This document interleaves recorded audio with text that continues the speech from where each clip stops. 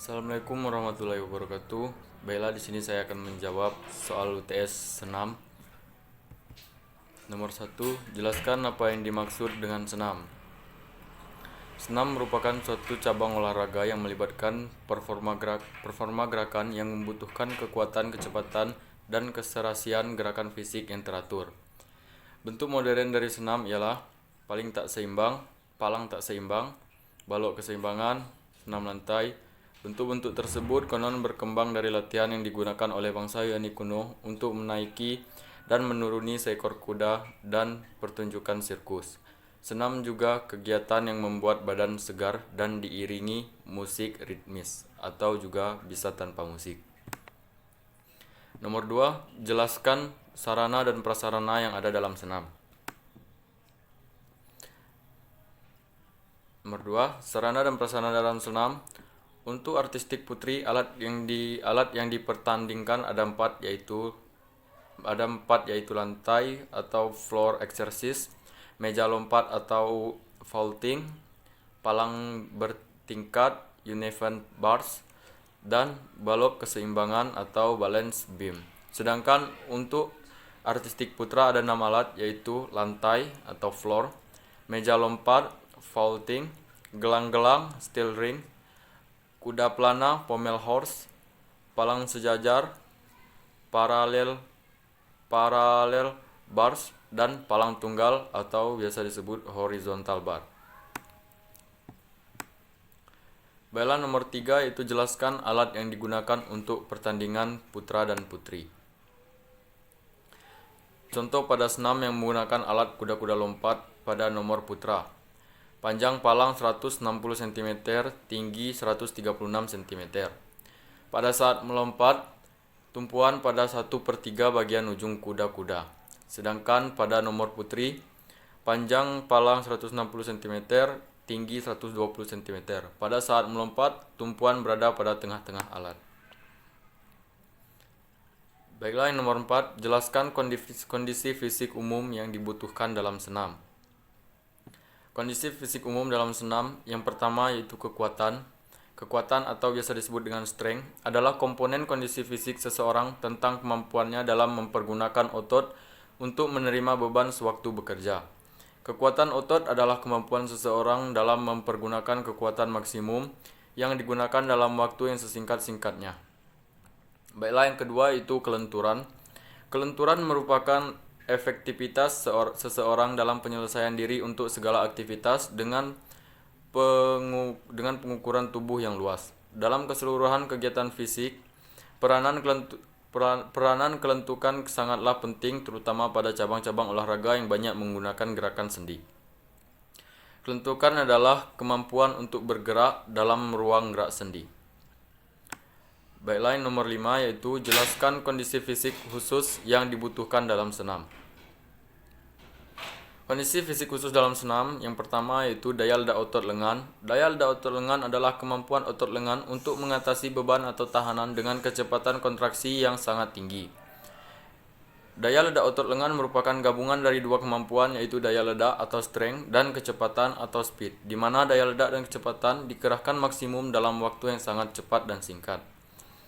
Yang kedua, daya ledak otot tungkai. Daya ledak tungkai dapat didefinisikan sebagai suatu kemampuan dari kelompok otot untuk menghasilkan kerja dalam sangat cepat. Daya ledak otot tungkai adalah kemampuan otot untuk mengatasi beban atau tahanan dengan kecepatan kontraksi yang sangat tinggi. Elemen kondisi fisik ini merupakan produk dari kemampuan, kekuatan, dan kecepatan.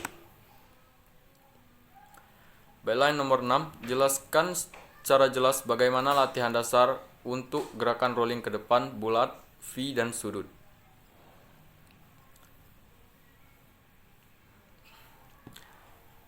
Roll depan dengan posisi awal berdiri harus dilakukan dengan hati-hati karena sangat berbahaya. Untuk pemula sebaiknya jangan dulu melakukan roll dengan posisi berdiri karena apabila salah dalam melakukan gerakan maka akan mengakibatkan cedera. Yang pertama itu selalu lakukan pemanasan sebelum memulai latihan. Yang kedua, lakukan pemanasan yang melibatkan kelenturan otot pinggang. Yang ketiga, hal yang terpenting sebelum melakukan gerakan rolling ke depan ialah melatih kelenturan pinggang dan leher terlebih dahulu. Terus yang keempat, lakukan latihan dengan sikap berbaring terlebih dahulu. Yang kelima, tarik kaki ke arah kepala sampai lutut hampir menyentuh dada. Yang keenam, ayunkan kaki ke depan menuju posisi jongkok terlebih dahulu. Dan yang terakhir, ketika posisi jongkok sudah seimbang, berdiri dengan sikap kedua tangan di depan. Baiklah, nomor 7, jelaskan fase pelaksanaan gerakan rolling ke depan bulat, V dan sudut. Cara melakukan rolling ke depan bulat adalah sebagai berikut. A. Sikap permulaan jongkok, kedua tangan menumpu pada matras selebar bahu. B. Kedua kaki diluruskan, siku tangan ditekuk, kepala dilipat sampai dagu menyentuh dada. C. Badan dicondongkan ke depan hingga berat badan berada di kedua telapak tangan. D. Mengguling ke depan dengan mendaratkan tengkuk terlebih dahulu dan kedua kaki dilipat rapat pada dada. Yang E. Kedua tangan melemaskan tumpuan dari matras, pegang mata kaki dan berusaha bangun. Yang F. Kembali berusaha bangun. Cara melakukan rolling ke depan V atau kangkang adalah sebagai berikut.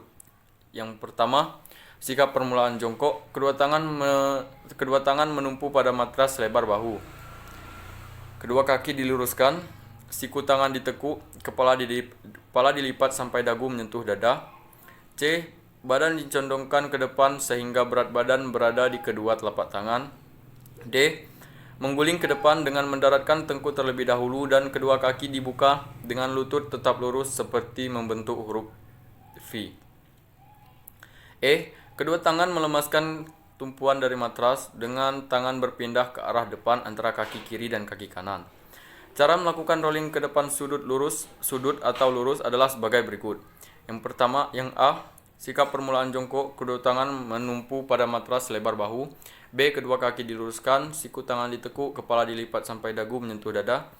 C. Badan dicondongkan ke depan sehingga berat badan berada di kedua telapak tangan. D. Mengguling ke depan dengan mendaratkan tengkuk terlebih dahulu. E. Kedua tangan melemaskan tumpuan dari matras dengan tangan berpindah ke arah luar samping kaki kiri dan kaki kanan. F. Kembali lurus dengan kaki rapat dan posisi siap. Baiklah, nomor 8, jelaskan apa kesalahan yang sering terjadi pada gerakan rolling ke depan dan cara mengatasinya. Kesalahan-kesalahan yang sering dilakukan saat guling ke depan. Yang pertama, penempatan tangan terlalu jauh ke depan sehingga kaki susah untuk mendorong. Yang kedua, keseimbangan tubuh kurang baik saat mengguling ke depan. Hal ini disebabkan karena sikap tubuh kurang bulat. C. Salah satu tangan yang menumpu kurang bulat atau bukan telapak tangan yang digunakan untuk menumpu di atas matras. Yang D. Posisi mengguling kurang sempurna. Hal ini disebabkan karena menoleh ke samping. Yang E. Posisi mengguling menjadi tidak lurus karena arah tangan tidak lurus. Yang F. Dagu tidak sampai menyentuh dada sehingga sering terjadi cedera leher. Yang G. Keseimbangan tidak terjaga karena mendarat dengan lutut, seharusnya telapak kaki. Yang H. Kurangnya tumpuan berat badan ke tangan sehingga susah untuk melakukan tolakannya. Solusinya ialah yang pertama, menompang pundak pelaku ke arah guling ke depan dan membawanya ke arah guling. Yang kedua, membantu mendorong kaki dan membawa ke arah guling. Yang ketiga, roll depan berpasangan. Baiklah, selanjutnya itu nomor 9. Jelaskan apa kesalahan yang sering terjadi pada gerakan rolling ke depan dengan cara mengatasinya.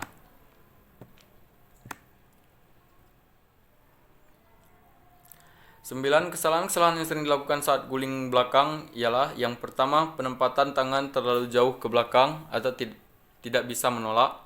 Yang kedua, keseimbangan tubuh kurang baik saat mengguling ke belakang. Yang ketiga, salah satu tangan yang menumpang kurang bulat. Yang keempat, posisi mengguling kurang sempurna. Kelima, keseimbangan tidak terjaga karena mendarat dengan lutut. Cara mengatasinya ialah yang pertama, menopang dan mendorong pinggang pelaku ke arah guling ke belakang dan membawanya ke arah guling. Yang kedua, membantu mengangkat panggul dan membawa ke arah guling. Baiklah, selanjutnya itu nomor 10. Jelaskan apa yang dimaksud dengan gerakan keseimbangan dan cara melakukan sikap kapal terbang dan serta kayang dan sikap lilin. Gerakan keseimbangan adalah kemampuan untuk mempertahankan keseimbangan tubuh ketimbang ditempatkan di berbagai posisi. Definisi gerakan keseimbangan adalah kemampuan untuk mempertahankan pusat gravitasi pada bidang tumpu terutama ketika saat posisi tegak. Cara melakukan sikap kapal terbang: berdiri dengan sikap tegak, kedua tangan direntangkan ke samping, salah satu kaki dijulurkan ke belakang, bungkukkan badan ke depan sampai posisi badan dan kaki lurus. Pandangan tetap ke arah depan. Tahan sebentar dan kembali ke sikap semula dan melakukan pergantian antara kaki kiri dan kanan. Cara melakukan gerakan kayang sebagai berikut. Yang pertama, sikap permulaan berdiri, kedua tangan menumpu pada pinggul. Yang kedua, kedua kaki ditekuk, siku tangan ditekuk, kepala dilipat ke belakang. Yang ketiga, kedua tangan diputar ke belakang sampai menyentuh matras sebagai tumpuan. Yang keempat, posisi badan melengkung sebagai busur. Cara melakukan sikap lilin ialah: yang pertama, posisi awal adalah tidur telentang di atas matras dengan kedua tangan lurus di samping badan dan arah pandangan ke atas. Yang kedua, kemudian angkat kedua kaki ke atas dalam posisi rapat dan lurus tegak hingga membentuk sudut 90 derajat dengan bantu oleh kedua tangan untuk menopang tubuh. Yang terakhir ialah, dan posisi akhir dari sikap lilin ini adalah dengan posisi pundak menjadi tumpuan untuk badan dan kedua tangan menjadi tumpuan untuk pinggang dan kaki. Baiklah, sekian jawaban UTS dari saya. Assalamualaikum warahmatullahi wabarakatuh.